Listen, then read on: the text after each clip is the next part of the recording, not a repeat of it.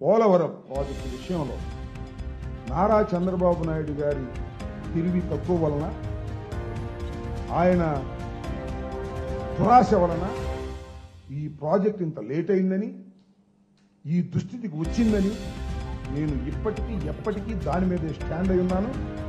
చర్చకు నేను సిద్ధం, ఎవరితో అయినా చర్చకు సిద్ధం, దానిలో సందేహం లేదు. చర్చ అంటే మళ్ళీ కొట్టుకోవటం కాదు, ఆరోగ్యకరమైన చర్చ చేద్దాం, నాకు అభ్యంతరం లేదు.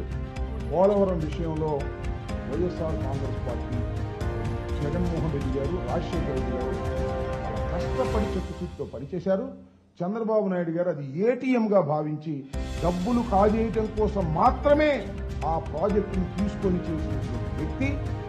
నేను చెప్పిన మాటే కాదు, ఇవాళ భారత ప్రధాని, కూటమి సభ్యుడు అయినటువంటి మోడీ గారు కూడా చెప్పినటువంటి సందర్భం ఉంది. ఈ పిచ్చి లెక్కలు పేపర్లో పిచ్చి లెక్కలు వేస్తారు, ఈనాడు, ఆంధ్రజ్యోతి సంబంధించిన వేసి ప్రజల మీద రుద్దేటటువంటి కార్యక్రమం చేస్తున్నారు. నేను మరొకసారి చెప్తున్నా, పోలవరాన్ని అతి వేగంగా కరోనా ఉన్నా కూడా ముందుకు తీసుకువెళ్లినటువంటి ఘనత వైఎస్ఆర్ కాంగ్రెస్ పార్టీ ప్రభుత్వానికి. అసలు నదిని డైవర్ట్ చేసిన ఘనత వైఎస్ఆర్ కాంగ్రెస్ పార్టీది. పిరివేని పూర్తి చేసిన ఘనత వైఎస్ఆర్ కాంగ్రెస్ పార్టీది. కాఫర్ డ్యాములు 2 క్లోజ్ చేసిన ఘనత వైఎస్ఆర్ కాంగ్రెస్ పార్టీది. పిరివేనే కాదు, మొత్తం టోటల్ గా అనేకమైన కార్యక్రమాలు చేశారు. చంద్రబాబు నాయుడు గారు మొన్న చెప్తున్నాయండి, మళ్ళా నాకు అర్థం కావడం లేదు. ఆయన అమాయకుడా, లేకపోతే చెప్పిందే చెప్పి ప్రజల్ని నమ్మించాలనుకుంటున్నాడా, నాకు అర్థం కాదు. ఆయన అంటాడు, మేము డయాఫ్రమ్ వాల్ వేసేసాం, జగన్మోహన్ రెడ్డి గారు వచ్చి కాఫర్ డ్యాములు పూర్తి చేసుకోవడంలో విఫలమైపోయాడు, అందువల్ల దెబ్బతిరిపోయాడు. నేను మొట్టమొదటి చెప్తున్నా, నేను చెప్పడం కాదు, ప్రపంచంలో ఎవరిని అడిగినా చెప్తారు, కాఫర్ డ్యాములు కంప్లీట్ కాకుండా డయాఫ్రమ్ వాల్ వేయటానికి వీల్లేదు. This the rule, this the protocol. సామాన్యుడు అడిగినా చెప్తాడు, ఏఈని అడిగినా చెప్తాడు. Complete coffer dams first. Coffer dams 2 కూడా పూర్తి అయితే అటు ఇటు మధ్యన వర్కింగ్ ప్లేస్ ఉంటుంది. ఆ వర్కింగ్ ప్లేస్ లో నువ్వు ఏదైనా చేయొచ్చు. నువ్వు ఆ వర్కింగ్ ప్లేస్ క్రియేట్ కాకోకుండానే నది ప్రవహిస్తుండగానే సమ్మర్ లో నువ్వు వేసేసావు.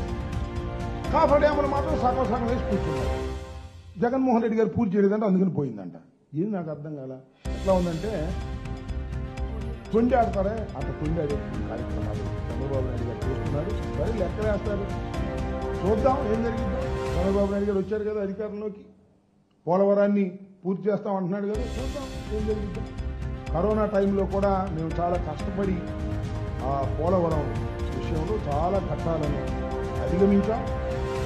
దురదృష్టం చంద్రబాబు నాయుడు గారి అతి తెలివి వల్ల, తెలివి తక్కువతనం వల్ల, కాఫర్ డ్యాములు క్లోజ్ చేయకోకుండా డయాఫ్రమ్ వాల్ వేయటం వల్ల ఇది ఆలస్యమైంది.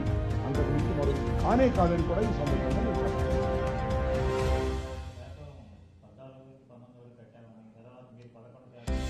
ఎన్ని పిచ్చి లెక్కలు, ఎన్ని అది అడగాలి సార్ మాగది. అట్లా కాదు, వాళ్ళు చెప్పిన లెక్కల ప్రకారం అసలు అంతా అయిపోయినట్టే లెక్క, అంతే కదా. 90% అయిపోయినట్టే లెక్క. 90% అయిందా? కాలేదు కదా. వాళ్ళు చెప్పిన లెక్క ప్రకారం ఓపెన్ చేసేయచ్చు కదా, మరి 27 దాకా ఎందుకు? సో వారి చేతిలో పత్రికలు ఉన్నాయి, వారి చేతిలో మీడియా ఉంది. పిచ్చి లెక్క రాస్తారా, చదువుతారు, చదివి నిజం అనుకుంటారు. వాస్తవాలు అది కావు. నేను అలా చెప్తున్నా, ఎవరికైనా చర్చ చేద్దాం, ఆరోగ్యకరమైన చర్చ. ఊనే చర్చ అంటే బూతులు ఇట్టుకోవడం ఉంది. రీజనబుల్ గా చర్చించుకున్నాం రండి. ఆ ఇరిగేషన్ మంచి వస్తాడా, లేదా చంద్రబాబు నాయుడు గారు చూస్తే ఆయన ఇంటికి వస్తాను, నాకేం అభ్యంతరం లేదు. What is this? ఎందుకు ఇంత అబద్ధాలు ఆడతారు, అసత్యాలు మాట్లాడతారు, దుర్మార్గం చేస్తారు? మొత్తం టోటల్ గా పోలవరాన్ని సర్వనాశనం చేసింది నారా చంద్రబాబు నాయుడు గారు. నాశనం చేయాలని కాదు, డబ్బులు కాజేయాలని. నేను అనేక సందర్భాలు చెప్పా, ఇప్పుడు చెప్తా, ఎప్పుడు చెప్తా. అసలు కేంద్ర ప్రభుత్వం చేయవలసినటువంటి ప్రాజెక్టుని రాష్ట్ర ప్రభుత్వం ఎందుకు తీసుకుందని అడుగుతా ఉన్నా. గొంతు చించుకొని అడిచా 100 సార్లు అడిగేప్పటికి. నేను మంత్రి అయిన తర్వాత ఒక్కరోజు కూడా సమాధానం చెప్పలేదు, ఒక్క మంత్రి కూడా సమాధానం చెప్పలేదు నాకు. చంద్రబాబు నాయుడు గారు సంగతి దేవుడు, ఎందుకంటే ఆయన లెవెల్ పెంచు, నా లెవెల్ తక్కువ అనుకో. మంత్రి అయినా చెప్పొచ్చు కదా. అసలు కేంద్ర ప్రభుత్వం చేయవలసినటువంటి పని నువ్వు ఎందుకు తీసుకున్నావు? 2016లో తీసుకున్నావు, 13-14 రేట్లు కడతాను ఎందుకు తీసుకున్నావు? కాఫర్ డ్యాములు క్లోజ్ చేయకోకుండా డయాఫ్రమ్ వాళ్ళు ఎందుకు వేసావు? దీనికి సమాధానం చెప్పండి అంటే అది చెప్పరు, ఏదేదో మాట్లాడతారు. 1% 2% రాంబాబు గారికి అసలు పోలవరం అర్థం కాలేదంట, ఆయనకే అర్థం కాకపోతే ఇంకేం అర్థమైంది? ఇరిగేషన్ మంత్రికి చంద్రబాబుకే అర్థం అలా. ఒక మాట చెప్తా, నోట్ చేసుకోండి. తప్పు అయితే అప్పుడు నన్ను అడగండి. చంద్రబాబు నాయుడు గారు ఒక సందర్భంలో ఏమన్నా తెలుసా, కాఫర్ డ్యాములు లేకోకుండానే డయాఫ్రమ్ వాళ్ళు వేయాలని కూడా ఆలోచించారు. అర్థమే సచ్చినోడు కూడా అని చెప్పడు. అర్థం కాక కాఫర్ డ్యాములు లేకోకుండానే డయాఫ్రమ్ వాళ్ళు వేద్దామని ఆలోచన చేశానంట ముఖ్యమంత్రి గారు. ఆయన చెప్పాడు, నేను చెప్పింది కాదు. ఆయనకు అర్థం కాలేదు. అర్థం కాదని తేలిగ్గా నాకు ఇంకా అర్థం కాలేదయ్యా అని 9 రోజులు అంటే ఆ రాంబాబు పోలవరం అంటే అర్థం కాలేదు. ఆయనకి అంత గంట అరగంట అర్థమైంది. చిలిప్ మాటలు మాట్లాడతారు, మాట్లాడండి, మాకేం అభ్యంతరం లేదు. మీరు చిలిప్ మాటలు మాట్లాడితే మేము మాట్లాడతాం, మాకేం అభ్యంతరం ఏం లేదు. ఆ మధ్యన పచ్చిరాజా కూడా అనేవాడు నన్ను గంట అరగంట అని. మేమంటేనేమో కేసులు పెడతాం. ఇది పరిస్థితి. కాబట్టి పోలవరం విషయంలో కానీ ఏ విషయంలో కానీ వైఎస్ఆర్ కాంగ్రెస్ పార్టీ తప్పిదమే లేదు. చంద్రబాబు నాయుడు గారు అనేక తప్పిదాలు చేశాడు, అనేక డ్రామాలు వేస్తున్నాడు.